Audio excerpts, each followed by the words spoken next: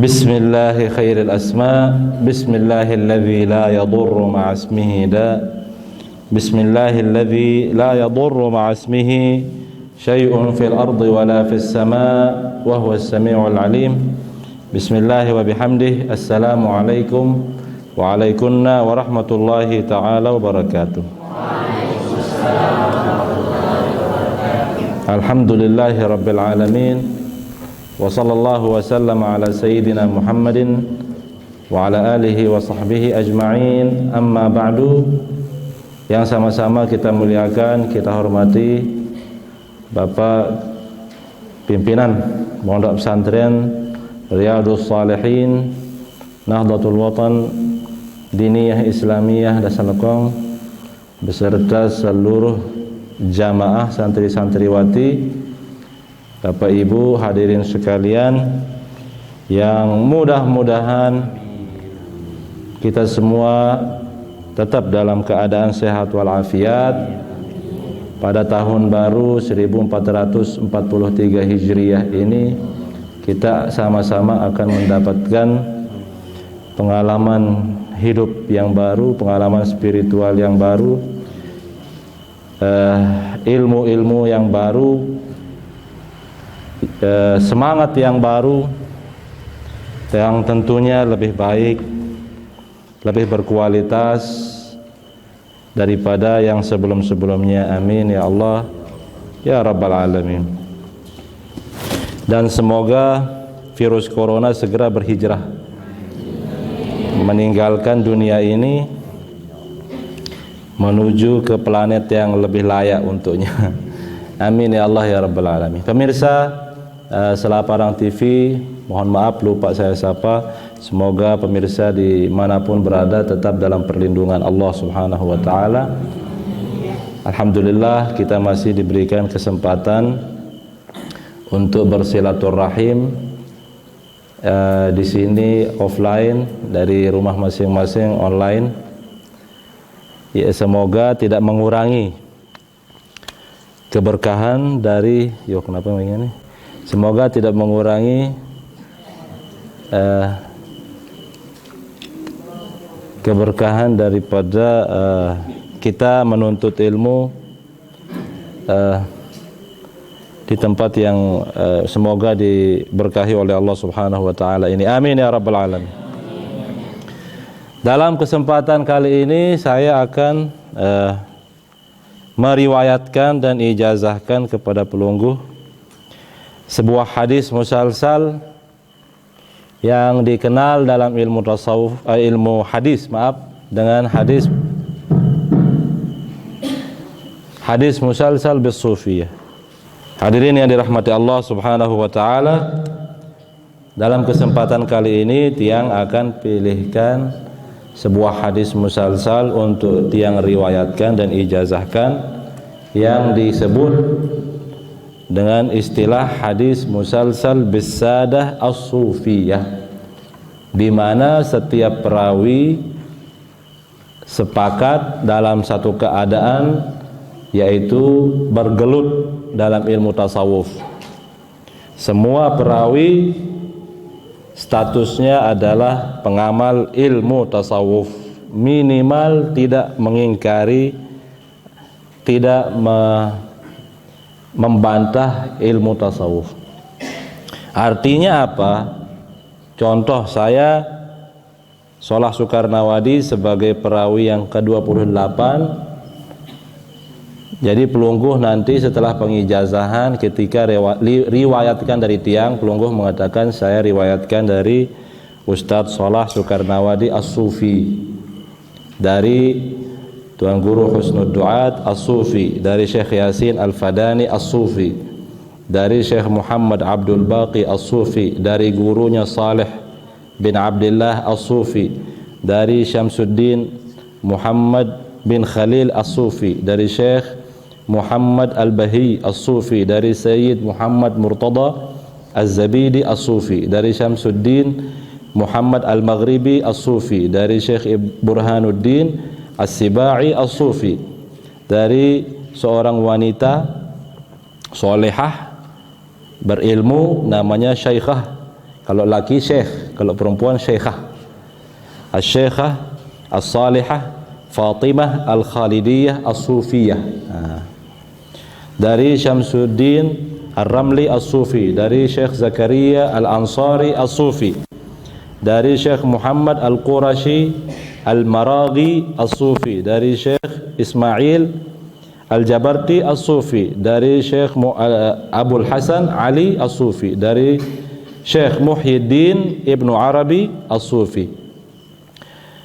Beliau meriwayatkan dari Abu Muhammad Abdul Aziz bin Abi Nasr As-Sufi, dari Yahya bin Abdul Baqi As-Sufi, dari Syekh Hamad As-Sufi, dari Ahmad As-Sufi, dari Syekh Sahal bin Abdullah At-Tusturi As-Sufi, dari Al-Hasan bin Ahmad At-Tusi As-Sufi, dari Ahmad bin Sulaih As-Sufi, dari Imam Zunnun Al-Masri As-Sufi, dari Imam Sufyan ibnu Uyainah, dari Sayyidina Abdurrahman bin Abi Bakar. Beliau riwayatkan dari Sayyidina Anas bin Malik. Sayyidina Anas bin Malik mengatakan Rasulullah sallallahu alaihi wasallam bersabda, yatba'ul mayyita thalathun. Dalam riwayat lain, yatba'ul mayyita thalathatun. Orang yang sudah meninggal dunia kemudian jasadnya dibawa dari rumah duka menuju tempat pemakaman, atau dari rumah sakit menggunakan ambulan langsung ke lokasi pemakaman kalau dia kena COVID, ya. Itu biasanya kata Rasulullah sallallahu alaihi wasallam diikuti oleh 3 hal atau 3 perkara, ya, atau 3 macam pengikut, atau 3 macam pengiring, pengawal. Fayarji'u thnani wa yabqa wahid. Dalam riwayat yang lain, wa yabqa ma'ahu wahid. Setelah prosesi pemakaman selesai,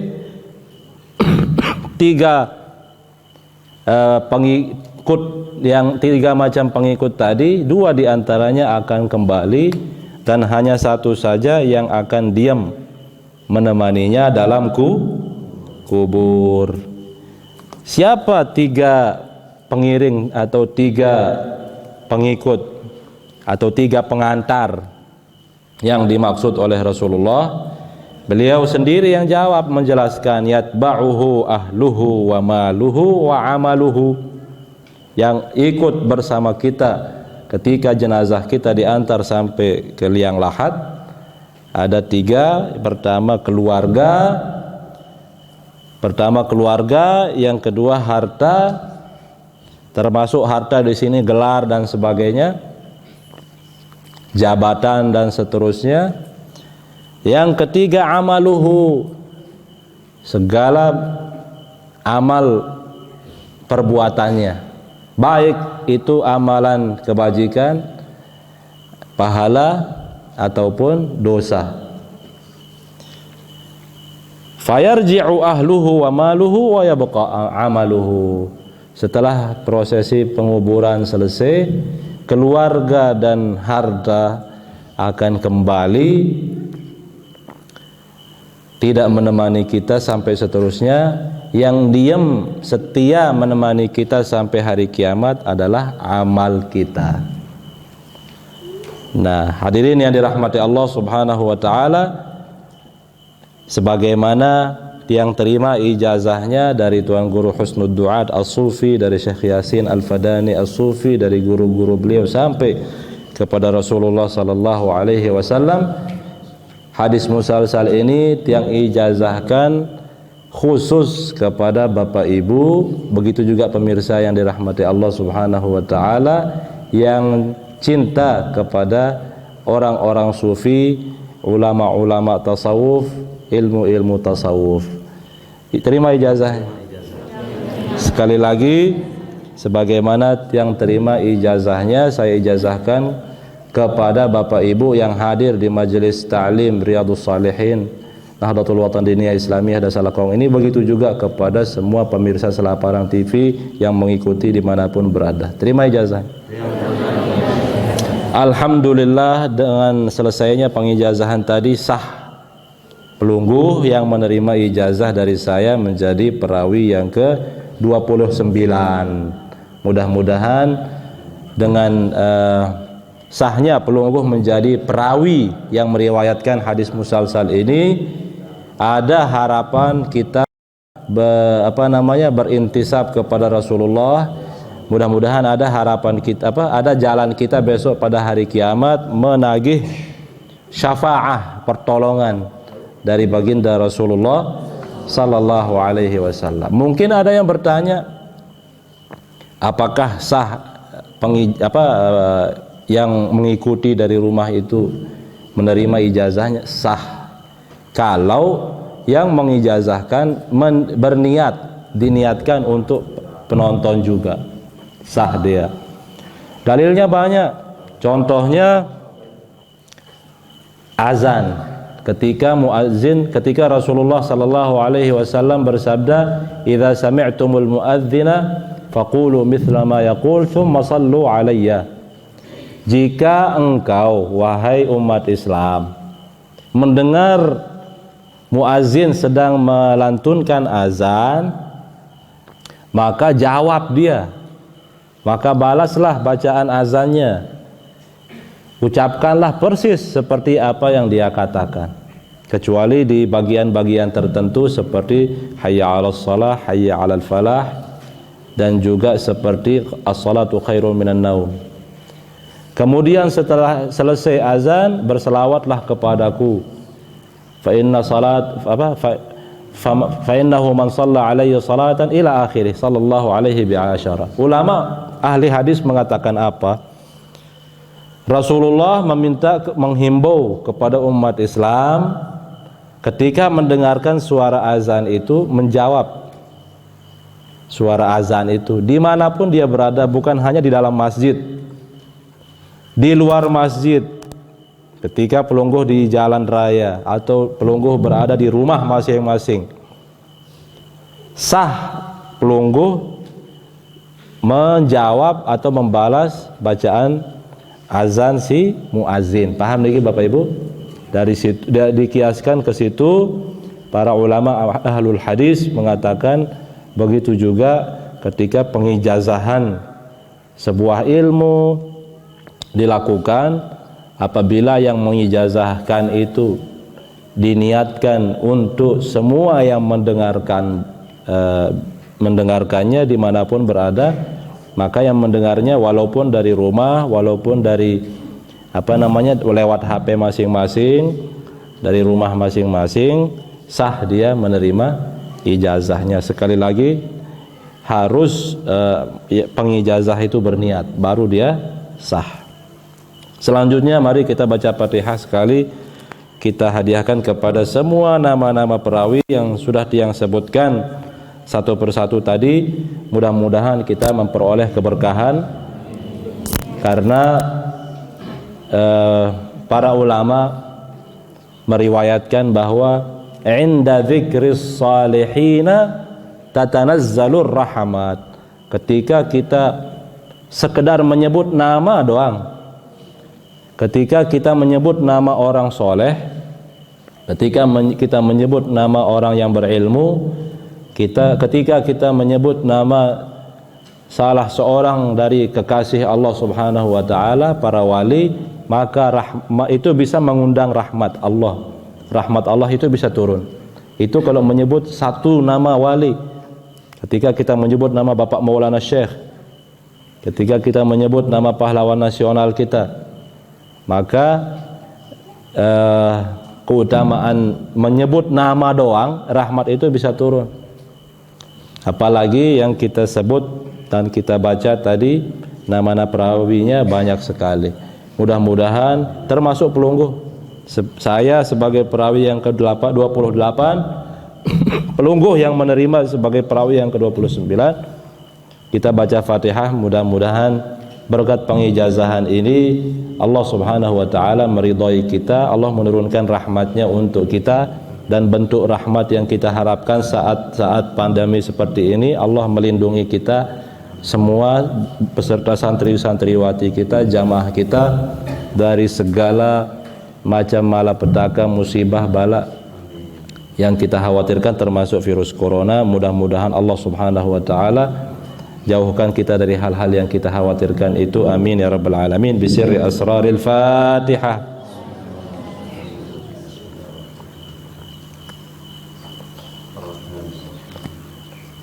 Kenapa hadis musalsal ini Bapak Ibu sekalian disebut dengan hadis musalsal bisufiyah? Karena semua perawi hadis ini adalah pengamal ilmu tasawuf. Saya di Mesir alhamdulillah mendalami ilmu tasawuf, dan bapak saya pun mengamalkan ilmu tasawuf, bahkan menjadi mursyid tariqah Naqsyabandiyah. Syekh Yasin Al-Fadani juga memiliki sanad semua tariqah. Jadi banyak ahli tasawuf yang nerima sanad tariqah Syaziliyah, tariqah Jailaniyah, tariqah Badawiyah dan lain-lain dari Syekh Yasin Al-Fadani. Hadirin yang dirahmati Allah Subhanahu wa taala, selanjutnya mungkin perlu yang sampaikan ke pelungguh bahwa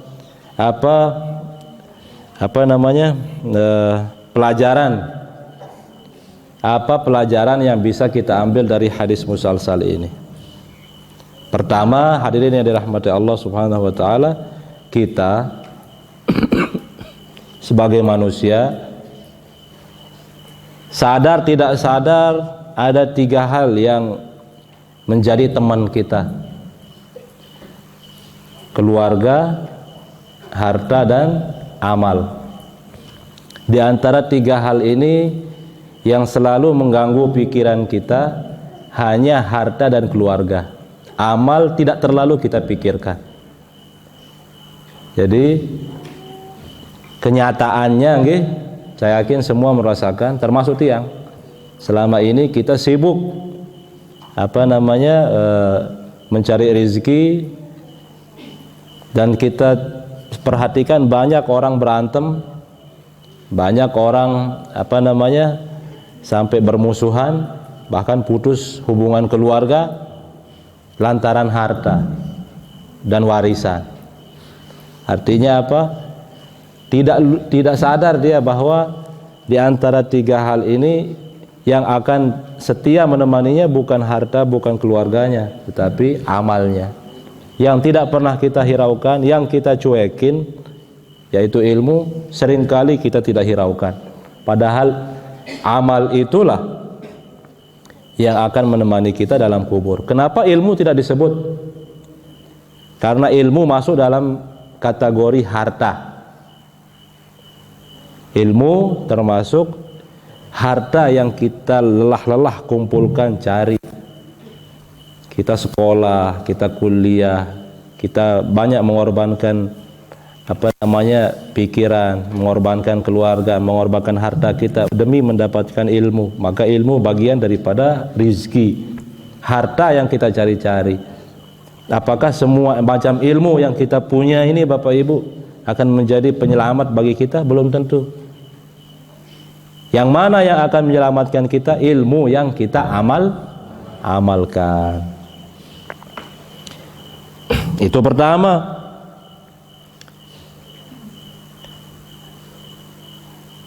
Oleh karena itu, nanti pada hari kiamat Allah Subhanahu wa taala berfirman dalam surat Yasin. Pelungguh pasti hafal. Falyauma la tuzlamu nafsun syai'an wa la tujzauna illa ma kuntum ta'malun.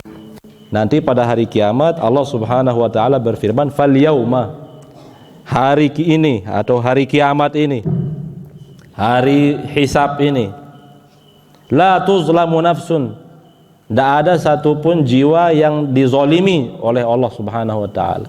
Tidak ada yang akan protes, tidak akan ada yang merasa terzolimi. Semua akan Allah berikan haknya. Allah berikan balasan, Allah berikan ganjaran sesuai amal perbuatannya. Wala tujzauna illa ma kuntum tidak dapat kecuali apa yang sudah kita usahakan selama ini. Paham lagi Bapak Ibu sekalian? Semakin giat anak-anakku sekalian belajar menuntut ilmu, semakin fokus adik-adikku sekalian belajar menuntut ilmu, mengikuti keterangan guru, maka semakin banyak ilmu yang diperoleh. Adik-adik sekalian di sekolah duduk bersama-sama, yang mengajar satu guru, satu orang, ilmu yang disampaikan sama, tapi apakah sama sama jumlah atau kualitas ilmu yang diperoleh? Belum tentu sama. Padahal sama-sama punya telinga, yang menerangkan satu orang, yang mendapatkan ilmunya siapa? Yang khusyuk, yang serius, yang tekun, yang bersungguh-sungguh. Paham lagi? Hadirin yang dirahmati Allah Subhanahu wa taala. Jadi seperti itu. Ada pertanyaan, bagaimana dengan orang yang malas amal berbuat, hanya mengandalkan statusnya atau kedudukannya sebagai keturunan orang soleh, atau dia mentang-mentang keturunan seorang wali, keturunan seorang nabi, maka dia lebih mengandalkan silsilahnya, mengandalkan nasabnya, sementara amalnya sedikit. Nah, dalam hal ini hadirin yang dirahmati Allah Subhanahu wa taala, ulama menjelaskan. Misalnya di dalam Al-Qur'an, dalam suratul Maidah, cerita anaknya Nabi Adam loh, Qabil dan Habil. Qabil dan Habil sama-sama keturunan Nabi. Apakah anak Nabi otomatis Nabi? Belum tentu. Nabi maksum, Nabi terpelihara dari dosa, Nabi dijamin masuk surga. Apakah Nabi Adam yang dijamin masuk surga otomatis keturunannya semua dijamin masuk surga?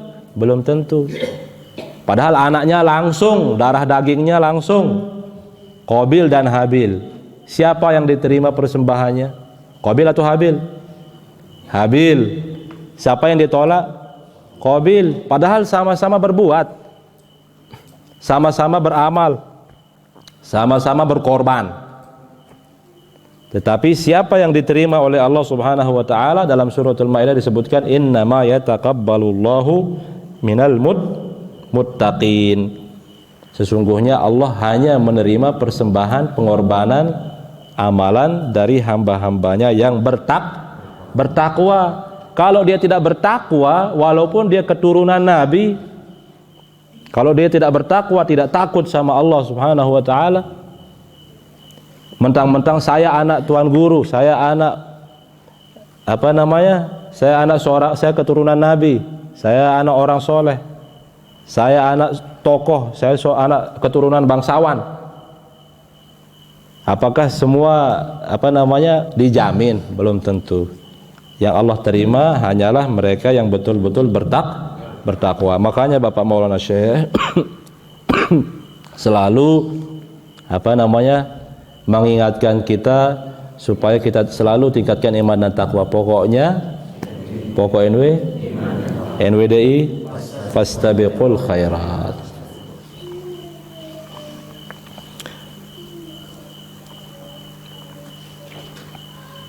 Hadirin yang dirahmati Allah Subhanahu wa taala, terakhir, bagaimana bentuk amal yang akan menemani kita dalam kubur? Apakah ada wujudnya? Apakah kita nanti setelah meninggal bisa melihat amal kita? Iya, jawabannya iya. Sebagaimana diriwayatkan oleh Imam Ahmad dalam sebuah hadis yang panjang, saya kutip sedikit. Rasulullah sallallahu alaihi wasallam ketika bercerita tentang keadaan jenazah orang yang soleh, apa kata Rasulullah? Wa ya'tihi rajulun hasanul wajhi hasanul thiyabi tayyibur rihi. Orang yang soleh nanti dalam kubur dia akan kedatangan seseorang, dia akan dia akan kedatangan atau dihampiri seseorang yang enak dipandang wajahnya dan penampilannya juga bagus, aroma badannya, aroma tubuhnya juga wangi. Fayaqulu abshir billadzi yasurruk hadza yaumuka alladzi kunta tu'adu.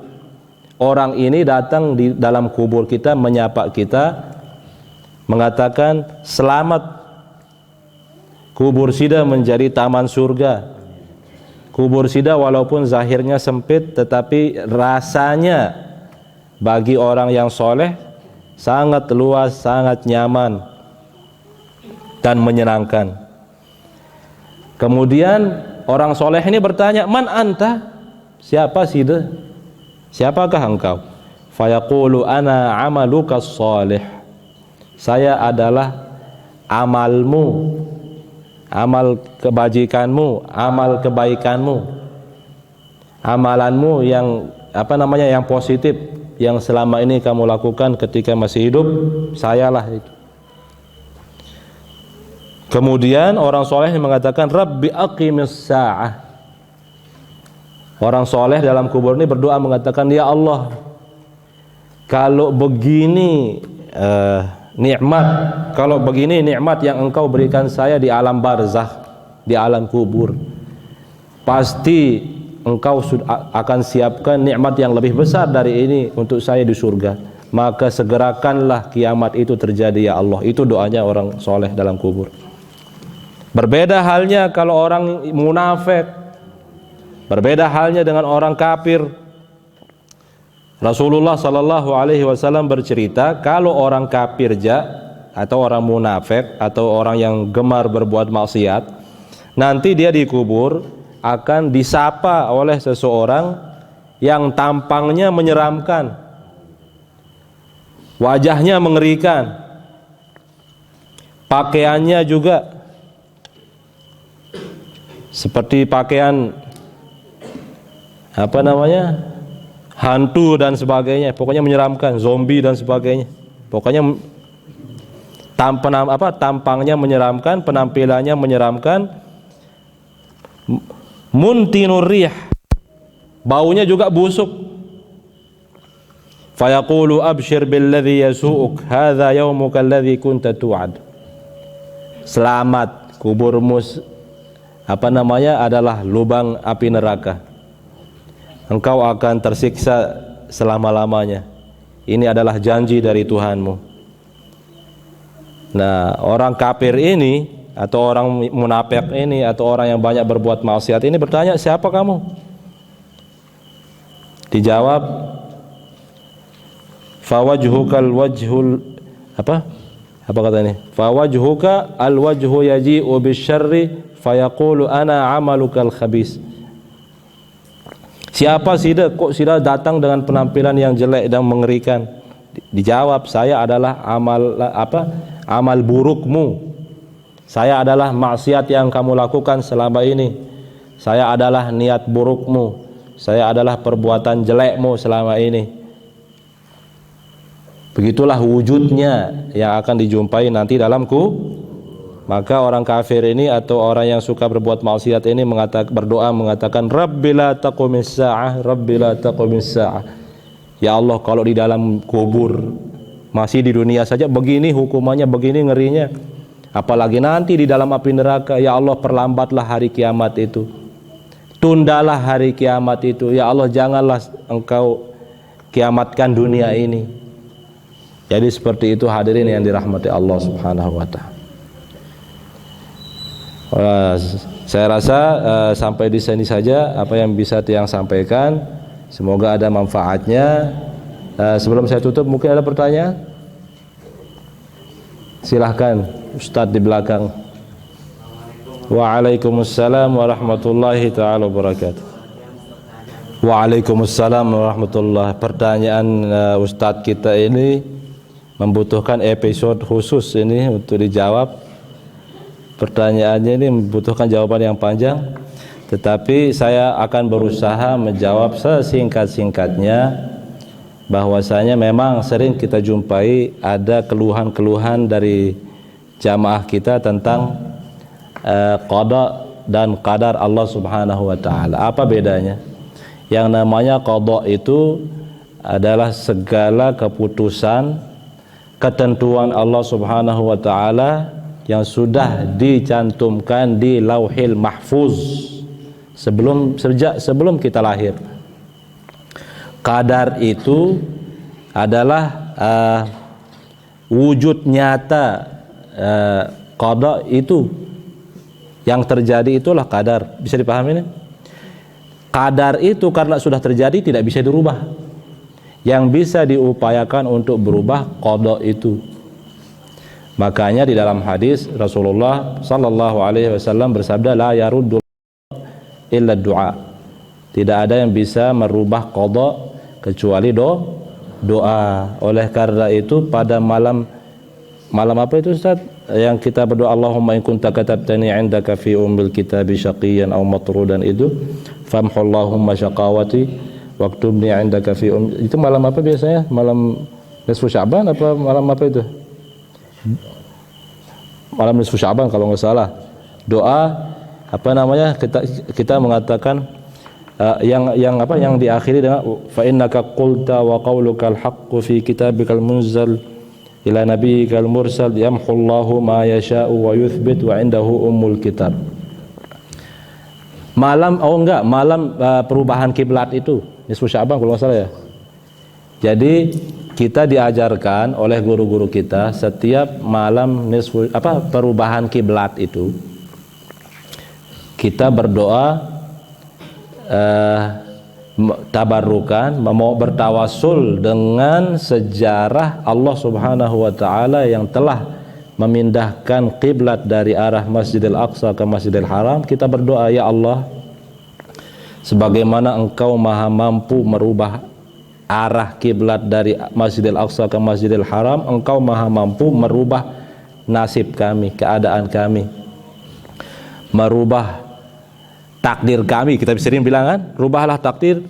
Bukan berarti takdirnya yang dirubah sebenarnya. Ketika kita minta, ya Allah rubahlah takdir saya, berarti Allah Subhanahu wa taala merubah dari nasibnya, dari qadanya itu, dari apa yang sudah tercatat di Lauhil Mahfuz itu. Bisa dipahami ini? Intinya qada itu belum terjadi, qadar itu sudah terjadi. Bisa dipahami? Nah, sekarang dari pertanyaan Sida tadi, banyak orang yang bodoh misalnya atau pembuat dosa mengatakan loh, Allah yang takdirkan saya jadi orang bodoh, Allah yang takdirkan saya jadi maling dan sebagainya. Nauzubillah. Nauzubillah, semoga pemahaman seperti ini sama-sama kita luruskan. Yang namanya kita manusia, Allah Subhanahu wa taala jadikan kita mukhayyar dan musayyar. Mukhayyar seperti paham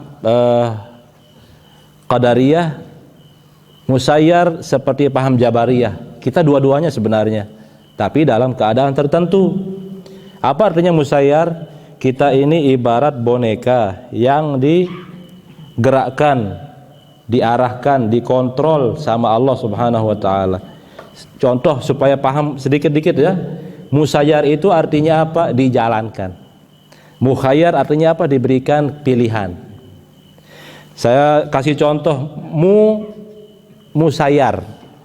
Apa artinya musayyar tadi? Dijalankan, dikontrol. Kita ibarat boneka. Itu contoh misalnya saya pegang pulpen. Siapa namanya Sida Ustadz yang bertanya tadi? Ustadz Siril Watan. Ya. Siril Watan, misalnya saya tulis di papan di sini ya. Bayangkan ini papan kosong kan? Saya tulis Siril Watan ini orang gila. Padahal Sida bukan orang gila kan? Sida merasa tersinggung dan Sida ada rasa kesel. Ya, kenapa? Karena ini tidak sesuai fakta kan? Kesalnya Sida kepada saya atau kepada spidol yang saya pakai menulis?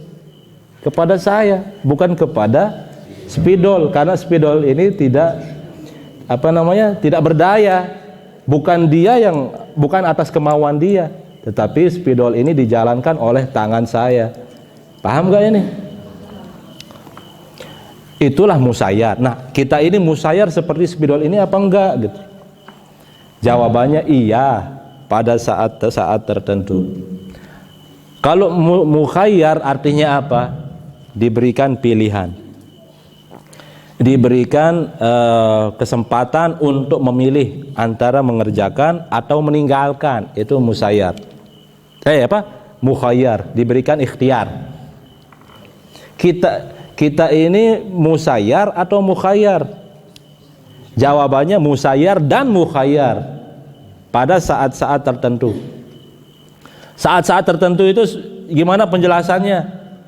Kapan kita ibarat boneka yang dikontrol, ibarat spidol tadi yang dijalankan. Itu ketika, tolong dicatat, ketika kita tidak tahu atau tidak mampu. Tulis saja dulu. Ketika kita tidak tahu atau tidak mampu, di situ kita musayyar. Apalagi kalau tidak tahu dan tidak mampu, musayyar. Tidak berdosa.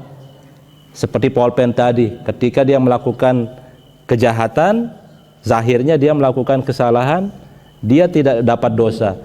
Kalau misalnya ini, saya jahit baju, ini mesin jahit, saya jahit baju pengantin untuk ibu-ibu, bagus sekali. Yang dipuji siapa? Mesin jahitnya atau tukang jahitnya?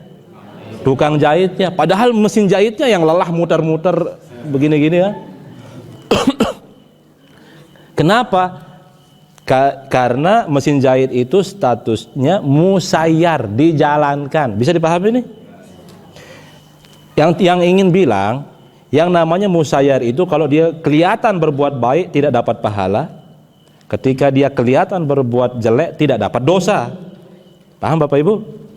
Contoh dalam Al-Quran Suratul Kahfi, kisah Sayyidina Khidir. Ketika Nabi Khidir membunuh anak kecil, kan Nabi Musa mau berguru kepada Nabi Khidir kan, terus Nabi Khidir kasih tes. Ada 3 tingkatan tes. Kalau lulus sudah akan saya terima jadi santri. 3-tiganya tidak lulus. Ya, di antara tes itu apa?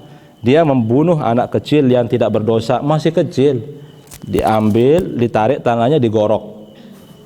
Coba secara zahir, bayangkan pelungguh di Labuan melihat ada bapak-bapak pakai sorban, pakai jubah, ngorok anak kecil.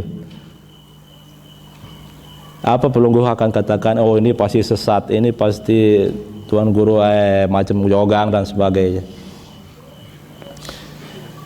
Nabi Khidir ketika membunuh anak kecil itu dapat dosa enggak? Enggak. Itu namanya mahfuz atau maksum. Yang namanya maksum, walaupun dia berbuat sesuatu yang kelihatannya jelek, dia tidak dapat dosa. Nabi Ibrahim kan pernah berbohong, ya kan?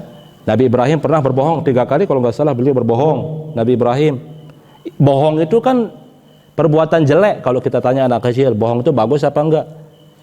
Jelek. Nah, Nabi Ibrahim berbohong sampai 3 kali. Salah satunya ketika menghancurkan patung-patung itu dan membiarkan patung yang paling besar itu utuh, kapak ditaruh di tangannya. Raja Namrud curiga kepada Nabi Ibrahim, engkau ya yang hancurkan? Enggak kok, pasti ini patung yang paling besar.